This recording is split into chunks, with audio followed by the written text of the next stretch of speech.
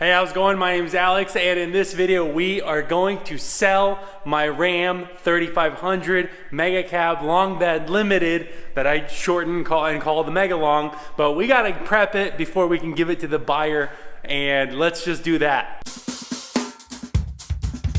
Now, I've already gotten a couple things done. First and foremost, earlier today I did get a fuel filter and oil change done just because it was time on the mileage. The other thing is, I know the lighting might not be great, is I did have them detail the interior, not the oil change place, but a detail shop. I had them clean out the interior, wash the outside, and make it look pretty. The problem is it's raining. It was raining all day today, so I guess that was a waste. But still, nevertheless, as you can see right here, there's a couple more things to do. First and foremost, I have to install the center console and the headrests, and I actually got to do a headlight too.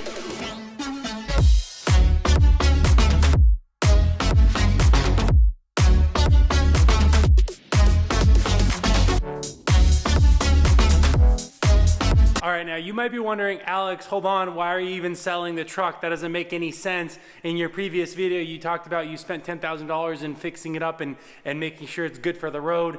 And not only that, you said in your previous video, or the video before that, you said the most reliable truck is a 15 to 18 Ram with the Cummins, with the Ison, and that's what this one is. So what's up, man? Why are you selling, okay? Now, totally valid questions, okay? Now, first and foremost, about the repair bill. That was an expensive repair bill. It was unexpected. This is what you get for modifying trucks or buying modified trucks, right?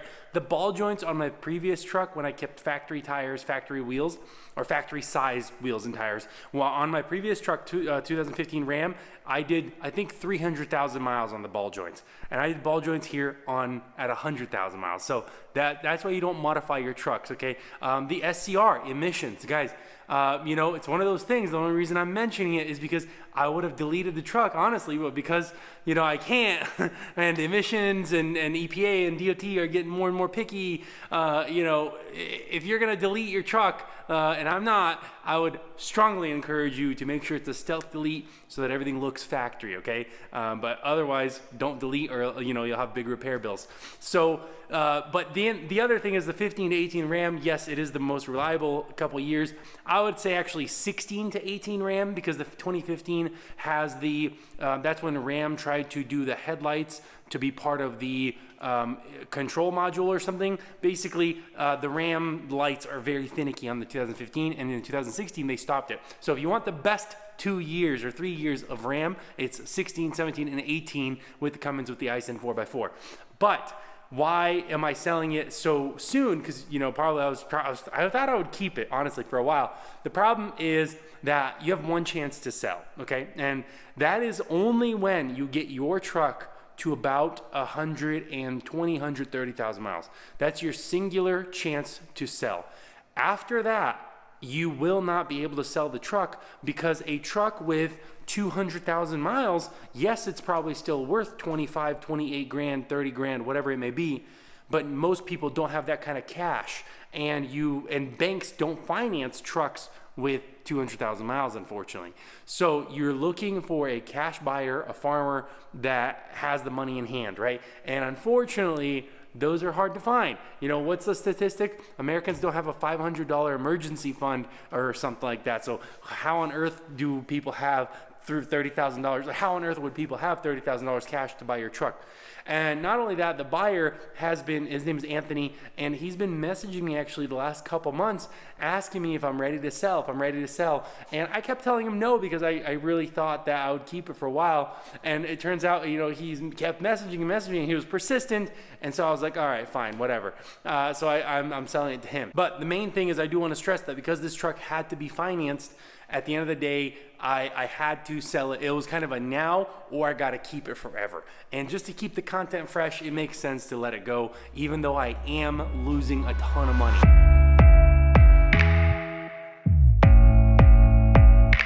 All right, so this interior might take me a minute, so how about we just do a camera trick? Yeah, well, look at that. It's done. It was pretty pretty long, to be honest. But yeah, so does have heated seats in the back row, so that's kind of cool. And it does have this 12 volt. Everything works. I made sure all the wiring is correct. I started up the truck when I opened the garage door, and I made sure this is plugged into the left seat and this is plugged into the right seat. So, and then right here, you can see there's the rubbers in the, oh, can you see that? There you go. Like the rubbers in the cup holders, the rubber down here, everything is good here. All of this stuff, look at that. All looks pretty good. Obviously, it's pretty dusty because I literally took it out right when I got here. And right when I bought the truck, I took it out. So other than that, it went back in. You know, the funny part is I didn't ever realize how, like, I didn't pay attention to the details, but like this thing is so plasticky, you know what I mean? So yeah, Ram quality. But anyways, it's a limited, but still, you know, what do you want this to be made out of? Steel, Alex? Can you imagine a steel center console? But no, it went back together pretty good. But otherwise, I honestly think that about wraps it up. So what do you guys say? Let's go pick up the buyer. Yeah, let's go grab him from the airport. What's up, buddy? How you doing? Hey, what do you think, man? This thing's freaking awesome.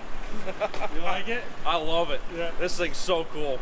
This thing's a lot bigger in person. Yeah. Obviously, we're joking around and whatnot. We met up actually a week ago, and that's when we met up. He took a look at it, took it for a test drive, just to make sure it was in good condition. That was before that was without the center console, and so that's why all video I've been putting all this stuff back in, getting it ready, because I knew the truck was essentially already sold. And so this past week that I've been driving, actually, I've been nervous, making sure I don't like crash it, wreck it. You know what I mean? There's been a couple close calls, but anyways, a week ago when I pulled up, you did say, Anthony, right? What did you say? Yeah. I said this thing has a lot bigger presence in person. It's really a monster when you finally pull up on the thing. It's a beautiful truck. Right, and that's what people underestimate. Like with the 8-foot bed and the mega cab, right? So it's now like 22, almost 23 feet.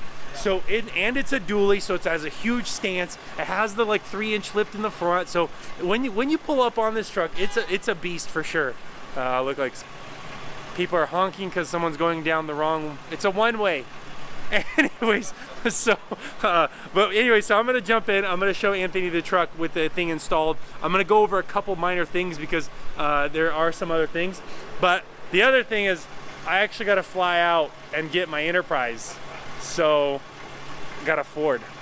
Yeah, Ford.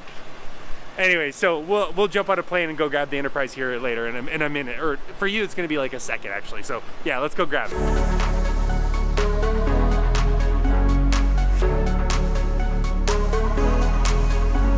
All right, well here I am at Enterprise, and I just got this 2021 Ford F-350. Now, your first question might be, Alex, hold the phone, okay?